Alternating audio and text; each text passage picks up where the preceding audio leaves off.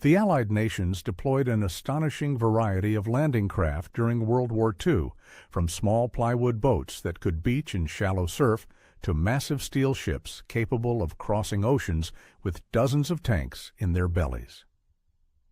This video breaks down every important landing craft they fielded across 6 years of devastating global conflict. These vessels formed the backbone of amphibious warfare, making possible the island-hopping campaigns of the Pacific and the liberation of Europe from Nazi occupation. Without these humble craft, the grand strategies of generals and admirals would have remained mere plans on paper, impossible to execute against defended coastlines. The development of specialized landing craft represented one of the most significant military innovations of the 20th century. Before World War II, armies expecting to conduct amphibious operations relied on ships' boats and improvised lighters that were wholly inadequate for opposed landings. The disaster at Gallipoli in 1915 had demonstrated the horrific cost of attempting beach assaults without purpose-built vessels. The interwar period saw both Britain and Japan begin serious development of dedicated landing craft. But it was the urgent requirements of global war that drove the explosion in designs and production that would transform amphibious warfare forever. Let us begin with assault landing craft, the small boats that delivered infantry directly onto hostile beaches. The landing craft vehicle personnel, universally known as the Higgins boat after its designer Andrew Jackson Higgins, became the most important amphibious assault vessel of the entire war. Higgins began developing shallow draft workboats during the 1920s for oil drillers and trappers operating in the Louisiana bayous. His Eureka boat design featured a revolutionary recessed propeller protected within a semi-tunnel on the hull's underside, allowing the craft to operate in waters filled with debris and submerged obstacles that would destroy conventional propellers. The spoonbill bow permitted these boats to run directly onto riverbanks and extract themselves without damage. When the United States Marine Corps began searching for suitable landing craft in the late 1930s, they recognized the potential of Higgins's designs. However, the Navy's Bureau of Ships initially rejected his proposals, preferring their own internally developed craft. In a competitive demonstration, the Bureau's design could not even reach the beach, while the Higgins boat completed every task with ease. On November 18, 1940, Higgins received the contract to build landing craft for the Navy. The crucial innovation came after Marine Lieutenant Victor Krulak observed Japanese Daihatsu landing craft during operations in China and suggested Higgins incorporate a bow ramp for rapid troop disembarkation. Higgins developed the ramp design at his own expense, and on May 26, 1941, the new craft successfully demonstrated its capabilities before Navy and Marine observers. The landing craft vehicle personnel measured 36 feet in length with a beam of just under 11 feet. Constructed primarily of plywood with a steel bow ramp, the shallow draft vessel drew only 3 feet of water aft and 2 feet 2 inches forward. A single diesel or gasoline engine developing between 225 and 250 horsepower propelled the craft at speeds up to 12 knots. The boat could carry 36 fully equipped infantrymen, a jeep with a 12-man squad, or 8,000 pounds of cargo. 2 caliber Browning machine guns mounted at the stern provided defensive armament. Troops entered by climbing down cargo nets hung from their transport ships and exited by charging down the lowered bow ramp directly onto the beach. The craft's ability to run onto shore and then reverse itself back into deeper water proved invaluable during contested landings.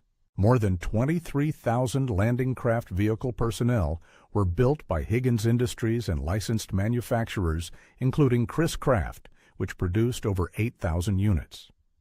Production peaked during 1943 and 1944, when factories turned out hundreds monthly. By 1944, the Higgins boat accounted for 92% of the entire United States Navy inventory of ships and boats. Supreme Allied Commander Dwight Eisenhower declared in a 1964 interview that Higgins was the man who won the war for us. Eisenhower explained that without those landing craft, the Allies could never have landed over an open beach, and the whole strategy of the war would have been different. The Higgins boat saw action in every major amphibious operation from North Africa to Normandy and throughout the Pacific. On June 6, 1944, alone, thousands delivered the first waves of infantry onto the beaches of Normandy, their steel ramps dropping into the bloody surf of Omaha, Utah, Gold, Juneau, and Sword beaches.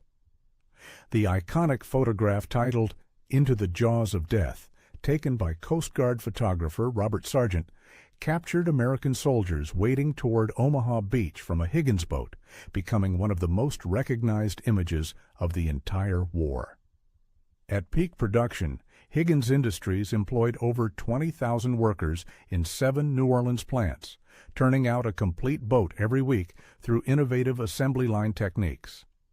Higgins himself was a colorful character who reportedly told Navy bureaucrats that they did not know one damn thing about small boats. His integrated workforce, which included African Americans and women receiving equal pay for equal work, was revolutionary for its time. The landing craft personnel large preceded the landing craft vehicle personnel and served as an important transitional design. These vessels, also built by Higgins Industries, lacked the bow ramp and required troops to climb over the sides to disembark. While this exposed men to enemy fire during a landing, the design was simpler and entered service earlier. The British designated these craft as R boats when supplied under Lend-Lease and used them extensively for commando raids during 1941 and 1942. The craft could carry approximately 36 troops at speeds of around 9 knots. Experience with the landing craft personnel large in early operations, including the Guadalcanal landings in August 1942, demonstrated the urgent need for a ramp design that would allow faster disembarkation. The landing craft assault served as the British equivalent of the American Higgins boat and became the most common Commonwealth landing craft of the war. Design work began in November 1938, following the Munich Agreement, when British planners recognized the urgent need for purpose-built assault craft. The first prototype followed quickly thereafter, with John Thornycroft and Company producing the winning design. These simple plywood vessels were powered by 2 65-horsepower Ford V8 petrol engines. The landing craft assault measured approximately 41.5 feet in length with a beam of 10 feet and could carry 30 to 35 equipped soldiers at speeds of 6 to 7 knots when loaded. Unlike the American design where the coxswain steered from the rear, British landing craft assault placed the helmsman at the front, giving better visibility for judging beach approaches. The craft's armament consisted of a Bren light machine gun or 2 Lewis guns mounted in a shelter on the forward port side. Between 1940 and 1944, approximately 2,030 of these vessels were constructed. They first saw significant action during the Dieppe raid in August 1942, when 60 landing craft assault carried the assault infantry of the 2nd Canadian Infantry Division onto the French coast. The operation proved disastrous, with many craft destroyed by intense German fire, but provided invaluable lessons that shaped planning for later invasions. The landing craft assault flotillas that survived Dieppe remained together and became Force J, which again carried Canadian troops, this time successfully onto Juneau Beach on D-Day. These vessels participated in every major British amphibious operation, including the invasions of North Africa, Sicily, Italy, and Normandy. Specialized variants carried mortars, cannon, or the Hedgehog anti-submarine weapon adapted to clear beach obstacles and mines.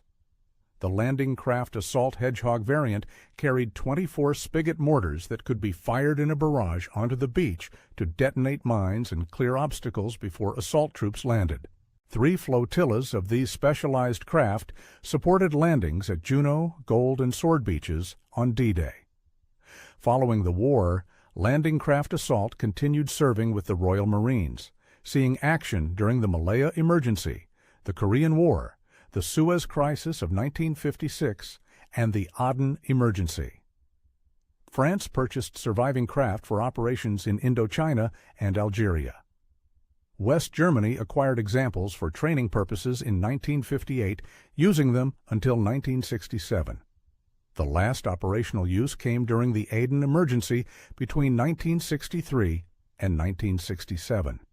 At least 1,500 landing craft assaults survived World War II, though many were abandoned or sold for civilian use. The landing craft support provided close-range fire support during beach assaults.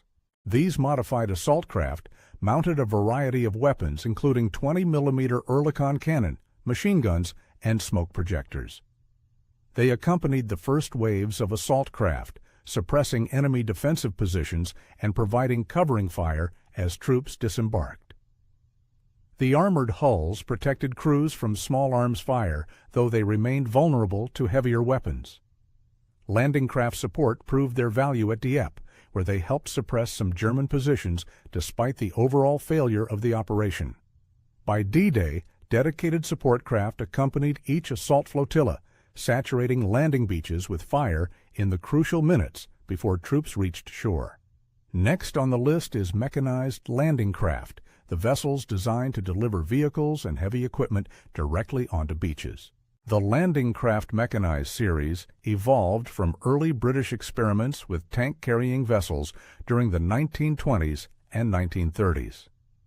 The first motor landing craft prototype appeared in 1926, but proved disappointing. Fresh designs emerged in 1938, producing the landing craft mechanized Mark I, capable of carrying one 16-ton tank. These steel-hulled craft measured approximately 45 feet in length and could achieve speeds of around 7 knots. The design saw continuous improvement throughout the war, with the Mark III becoming the primary American production variant. The landing craft mechanized Mark III measured 50 feet in length with a 14-foot beam and could carry a single medium tank, such as the Sherman, or 30 tons of cargo. A crew of 4 operated the vessel, which was powered by 2 diesel engines producing 225 horsepower each. Maximum speed reached approximately 8 knots fully loaded. Unlike the smaller assault craft, the landing craft mechanized featured a true ship's bow with large doors that swung open to deploy a ramp for vehicle disembarkation. These vessels were small enough to be carried aboard larger ships and lowered by davits, allowing them to accompany invasion fleets across oceans. The United States produced approximately 8,500 landing craft mechanized of various marks during the war. They first saw combat during Operation Torch in North Africa in November 1942 and subsequently participated in every major amphibious operation in both theaters. The vessels proved especially valuable for landing artillery pieces, trucks, and other vehicles that could not fit aboard smaller assault craft. Their ability to deliver tanks directly onto beaches gave invasion forces immediate armored support that often proved decisive in breaking through coastal defenses.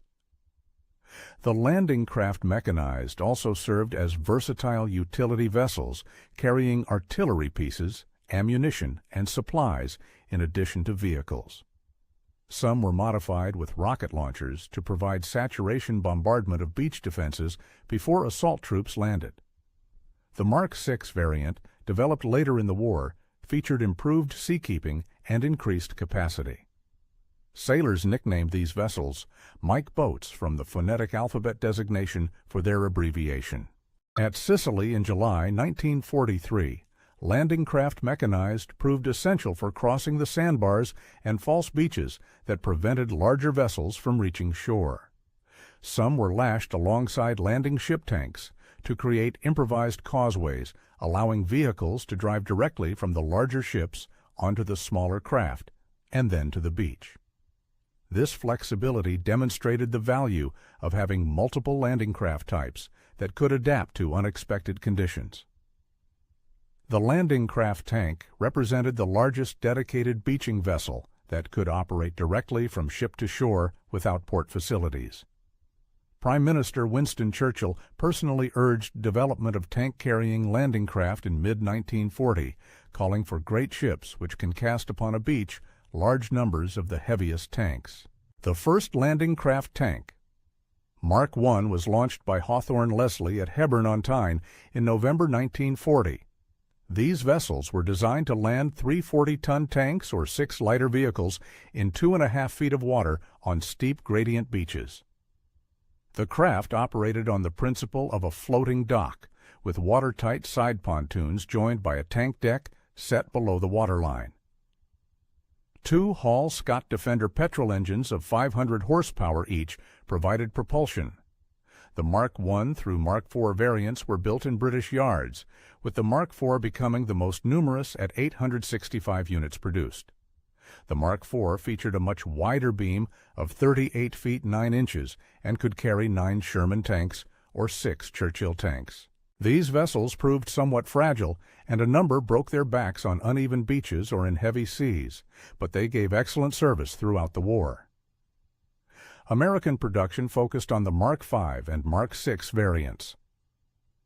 The landing craft tank. Mark V measured 117.5 feet in length with a 32-foot beam and could carry 4 medium tanks or 3 heavy tanks. 470 Mark Vs were built between 1942 and 1944. The improved Mark VI added greater capacity and better seakeeping, with 965 constructed during 1943 and 1944. These American-built craft could carry 150 tons of cargo and featured 2 gray marine diesel engines, producing approximately 675 horsepower each. A crew of 12 operated the vessel, including 1 officer and 11 enlisted men. These vessels first saw combat during the Sicily invasion in July 1943, where they proved essential for getting armor ashore across the false beaches and sandbars that plagued that operation. At Normandy, over 900 landing craft tanks of various marks participated in the invasion. During the pre-dawn hours of June 6, 1944, these vessels carried the tanks that would support infantry struggling to break through German beach defenses. Some loading craft tanks transported the famous duplex drive Sherman tanks, fitted with canvas flotation screens that allowed them to swim ashore under their own power. Tragically, many of these swimming tanks sank in the heavy seas off Omaha Beach, leaving infantry without crucial armored support. Some landing craft tanks were converted into specialized fire support vessels. The landing craft tank rocket modification could fire massive salvos of 3-inch rockets to saturate beach defenses before assault troops landed. A single vessel could unleash over 1,000 rockets in a matter of minutes, delivering concentrated firepower equivalent to 80 cruisers firing a broadside simultaneously. The psychological effect on defenders proved devastating, with many abandoning their positions before the rockets even finished falling. The landing craft gun large mounted 2 4.7-inch naval guns and multiple anti-aircraft weapons to provide direct fire support during landings. These vessels could engage enemy bunkers and fortified positions from close range, their naval guns punching through concrete that lighter weapons could not penetrate. The landing craft flak variant was converted specifically to provide anti-aircraft protection for vulnerable landing forces. The bow ramp was welded shut, and a fighting deck constructed on top, mounting 8 Oerlikon 20mm cannon and 4 2-pounder pom-pom guns. These vessels first saw action at Dieppe in August 1942, where they helped protect assault forces from Luftwaffe air attacks. By D-Day, landing craft flak routinely accompanied assault convoys, creating a protective umbrella of anti-aircraft fire over the vulnerable beaches. Let us move on to infantry landing ships, the larger vessels that could transport hundreds of troops across oceans and land them directly on beaches. The landing craft infantry was developed in response to a British requirement for a vessel capable of carrying substantially more troops than the smaller assault landing craft, while still being able to beach directly. The original British design envisioned a single-use vessel that would simply ferry troops across the English Channel and was considered expendable. Soldiers were provided benches rather than sleeping accommodations for what was expected to be a short crossing. When the United States took over development, the plans were modified to create a vessel capable of longer voyages with proper crew facilities. The Landing Craft Infantry Large measured 158 feet in length with a beam of 23 feet 3 inches. 8 diesel engines arranged in 2 banks of 4 drove 2 propeller shafts, producing 1,600 horsepower and achieving speeds up to 15 knots. The innovative reversible pitch propellers allowed a head or a stern operation without changing shaft rotation, crucial for extracting the vessel from beaches. A stern anchor dropped during the approach could be used with the onboard winch to pull the craft off the beach after disembarkation. The vessel could carry 200 soldiers, though some operations packed in up to 388 men. Troops disembarked via 2 narrow ramps that deployed from each side of the bow, requiring men to descend in single file. This arrangement proved problematic during opposed landings, as defenders could concentrate fire on the exposed ramps. Some variants were modified with a central bow ramp that provided better cover during disembarkation.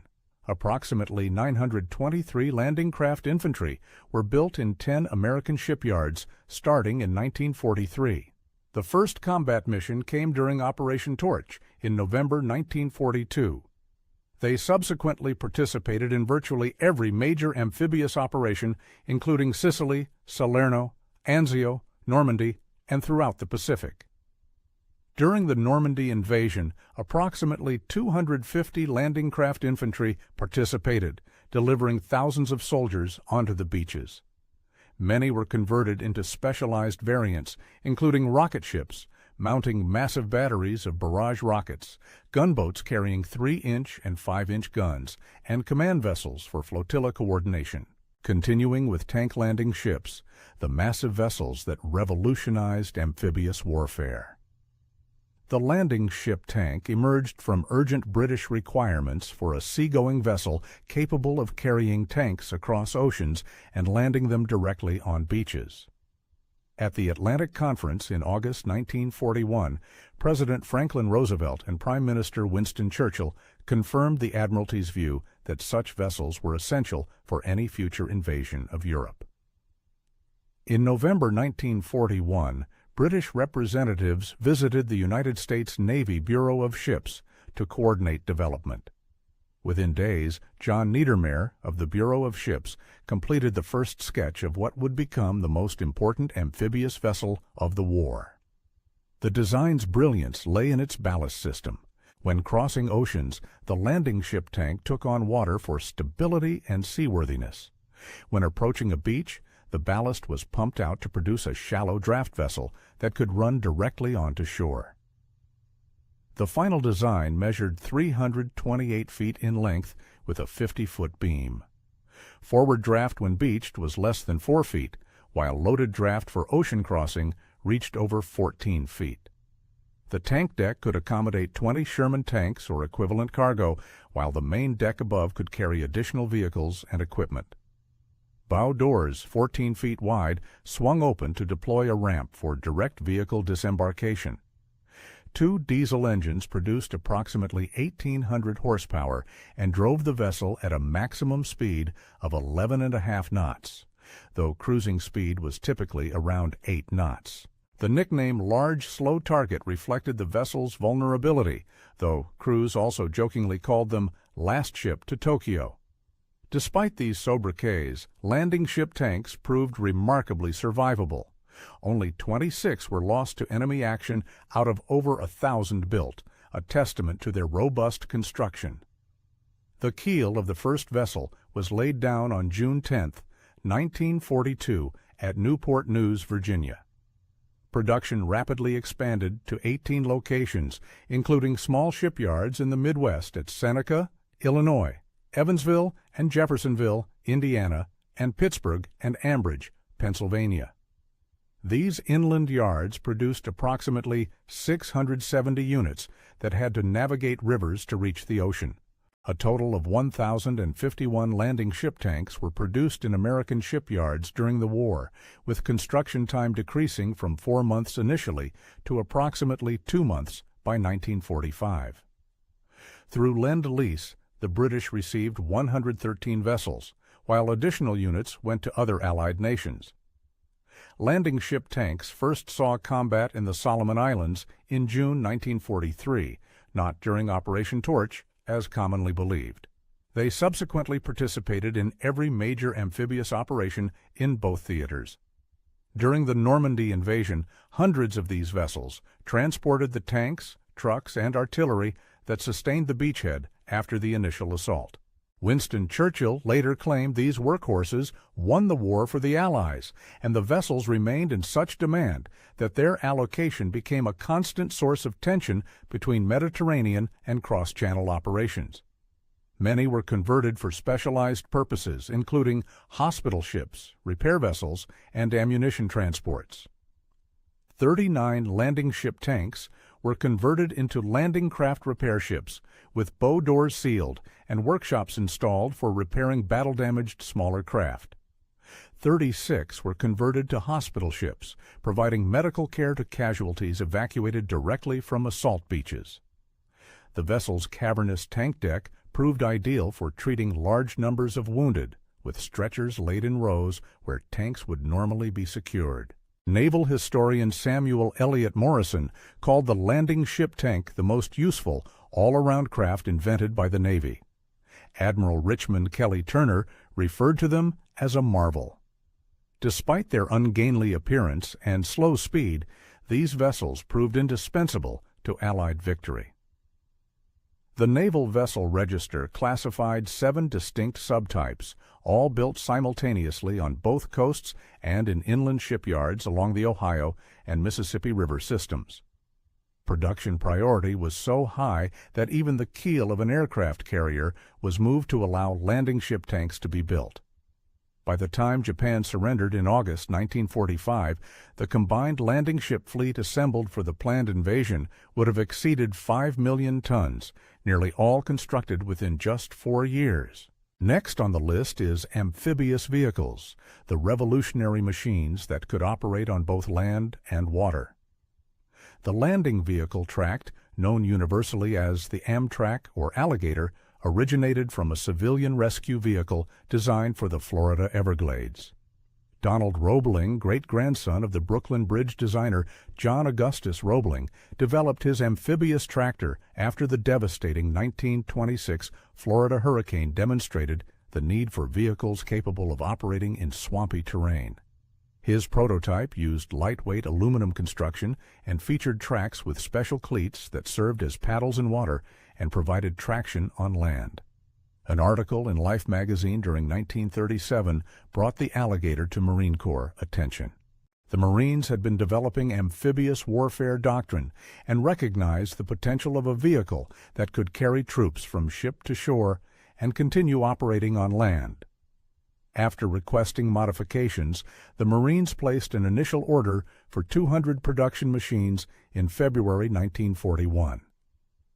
The Food Machinery Corporation began production in Dunedin, Florida, with the first landing vehicle tract rolling off the assembly line in July 1941. The initial variant could carry 18 troops or 4,500 pounds of cargo. Production exceeded 1,200 vehicles of the first model alone. The landing vehicle tract first saw operational deployment at Guadalcanal in August 1942, where they served as supply vehicles moving cargo from ships to shore. However, the bloody assault on Tarawa in November 1943 demonstrated their true value for contested beach landings. The coral reef surrounding Betio Island blocked conventional landing craft from reaching shore. While Marines in Higgins boats had to wade hundreds of yards through chest-deep water under murderous Japanese fire, those arriving in landing vehicle tract crossed the reef and delivered their passengers directly onto the beach. Of 125 vehicles used in the assault, only 35 remained operational by the end of the first day. But casualties among troops delivered by Amtrac were far lighter than among those who waded ashore. Colonel David Shoup, who earned the Medal of Honor at Tarawa, stated flatly that without the LVTs, there would have been no operation. After Tarawa, the Marine Corps dramatically increased Amtrac allocations, with battalion strength rising from 100 to 300 vehicles. Production expanded to include armored variants mounting tank turrets with 37 mm and later 75 mm guns for fire support. The landing vehicle.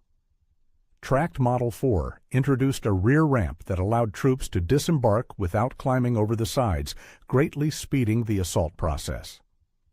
Over 18,000 landing vehicle tracked of all variants were built during the war.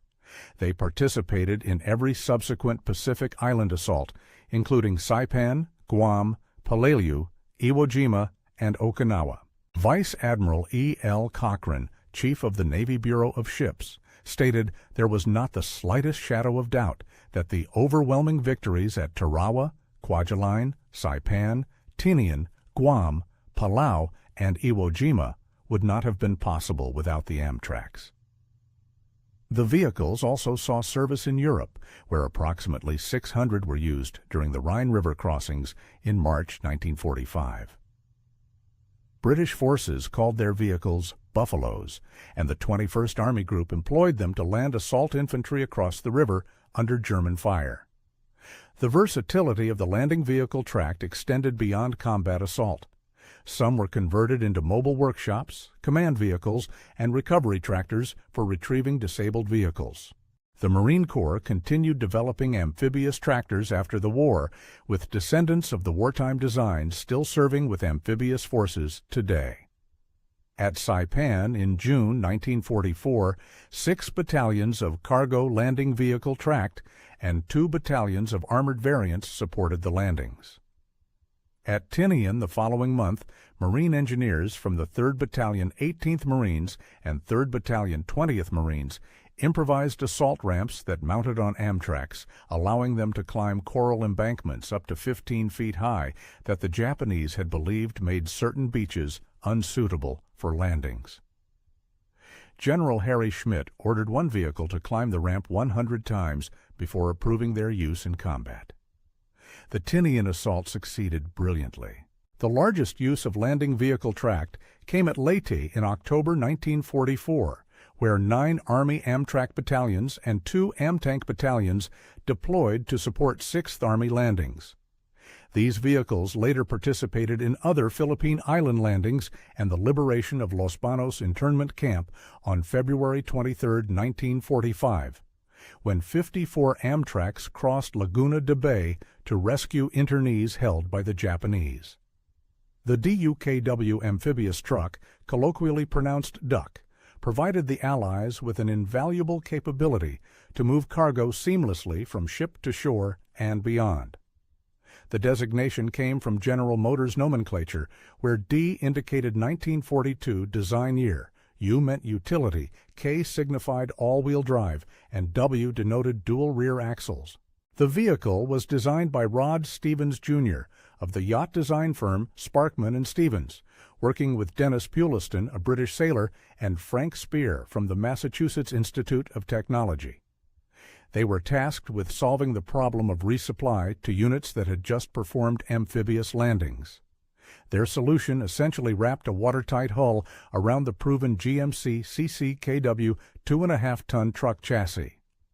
The prototype was initially rejected by the armed services. However, fate intervened when a Coast Guard patrol craft ran aground near Provincetown, Massachusetts, during a demonstration. Winds up to 60 knots, rain, and heavy surf prevented conventional rescue craft from reaching the 7 stranded Coast Guardsmen, but the experimental DUKW had no trouble reaching them and bringing them safely to shore. Military opposition immediately evaporated. The DUKW later proved its seaworthiness by crossing the English Channel. The vehicle measured 31 feet in length and weighed 13,000 pounds empty. A GMC model 270 straight 6 engine provided power through a 5-speed transmission. On land, the DUKW could achieve speeds up to 50 miles per hour, while in water, the propeller drove it at approximately 5.5 knots. The vehicle could carry 25 soldiers or 5,000 pounds of cargo. A central tire inflation system, revolutionary for its time, allowed the driver to adjust tire pressure from the cab to suit different terrain conditions. General Motors produced 21,147 DUKWs between 1942 and 1945. Through Lend-Lease, 2,000 went to Britain, 535 to Australia, and 586 to the Soviet Union. DUKWs first saw combat during the Sicily invasion in July 1943. They proved invaluable at Normandy, where approximately 2,000 participated in the invasion. Rough estimates suggest that nearly 40% of all supplies reaching shore from June 6 through mid-July 1944 arrived by way of the DUKW. General Eisenhower called the DUKW one of the most valuable pieces of equipment produced by the United States during the war. The vehicle's ability to drive directly from supply ships to forward dumps miles inland eliminated the need for multiple cargo transfers that consumed time and manpower. Some DUKWs were modified to carry field artillery pieces that could fire while still afloat, providing immediate fire support during the critical first hours of a landing.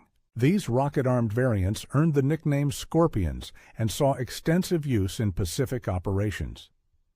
The Soviet Army became a major recipient of the DUKW through Lend-Lease, using them extensively along the Eastern Front for river-crossing operations. After the war, the Soviets developed their own derivative called the BAV-485, adding a loading ramp to the rear of the hull.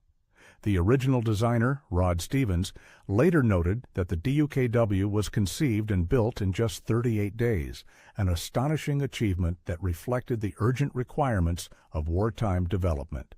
DUKWs continued serving in various military forces after the war and were employed during the Korean War landings at Incheon in September 1950.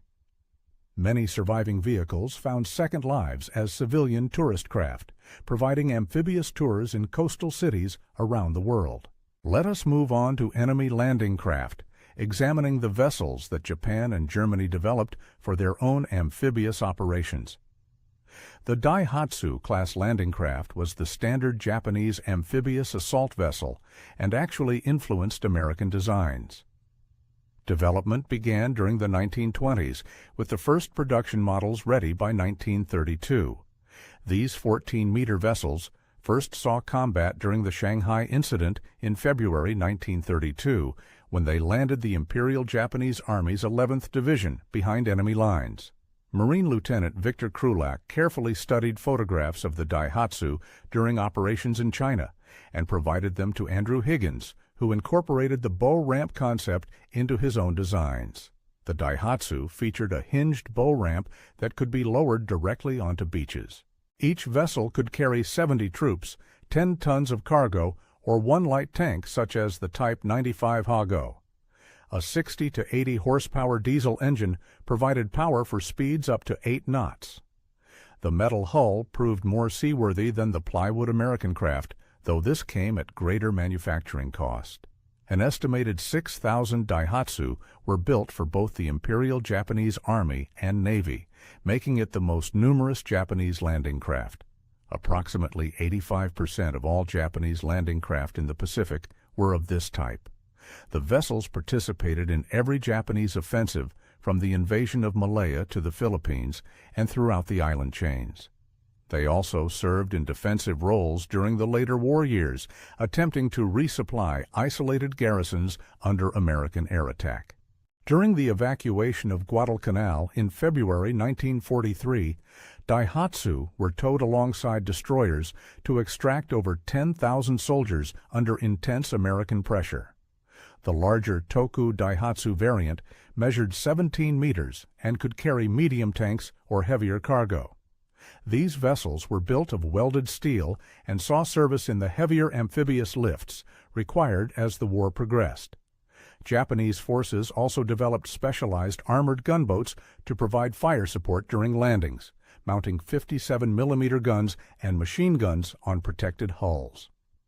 The Tsukute-class armored boats were specifically designed for close fire support during amphibious assaults, deploying alongside the cargo carrying Daihatsu to suppress defensive positions as troops landed.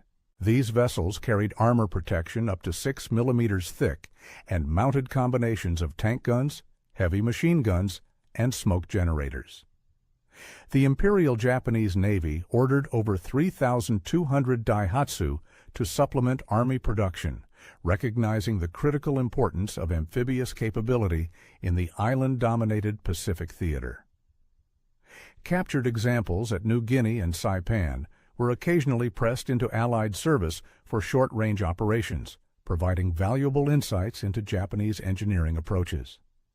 In the war's later phases, Daihatsu crews adapted their craft by adding improvised armor plating to protect crew compartments from strafing attacks, mounting additional machine guns for anti-aircraft defense, and camouflaging vessels with foliage to hide during daylight hours when American aircraft dominated the skies.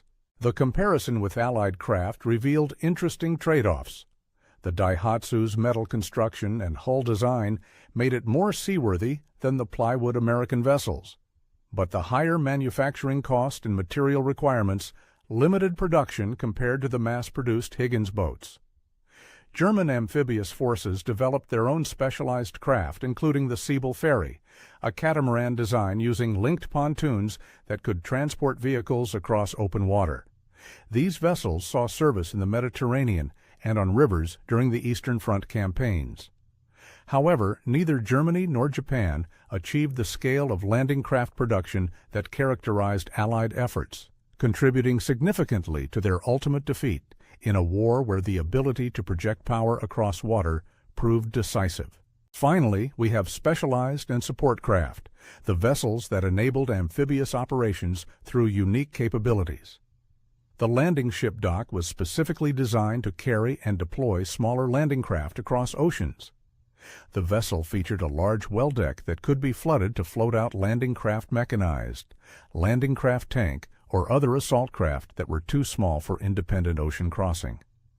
The first landing ship dock entered service in 1943 and could carry 3 landing craft tank or numerous smaller craft. These vessels measured 457 feet in length with a 72-foot beam and could achieve speeds up to 15 knots. Their ability to transport complete flotillas of landing craft to distant theaters proved invaluable during the Pacific Island hopping campaign. The landing ship medium evolved from the landing craft tank Mark VII design. When this variant reached 203 feet in length, it was redesignated as a ship rather than a craft. These vessels could carry tanks or troops at speeds up to 12 knots and saw extensive service during the final year of the Pacific War. 558 were built during 1944 and 1945. Attack transports and attack cargo ships were converted, merchant vessels specifically modified to support amphibious operations. Attack transports carried troops and the smaller landing craft needed to get them ashore, while attack cargo ships carried the equipment and supplies that sustained beachheads. These vessels featured davits for launching landing craft vehicle personnel and cargo handling equipment for loading assault craft. Together, they formed the logistics backbone that made large-scale amphibious operations possible.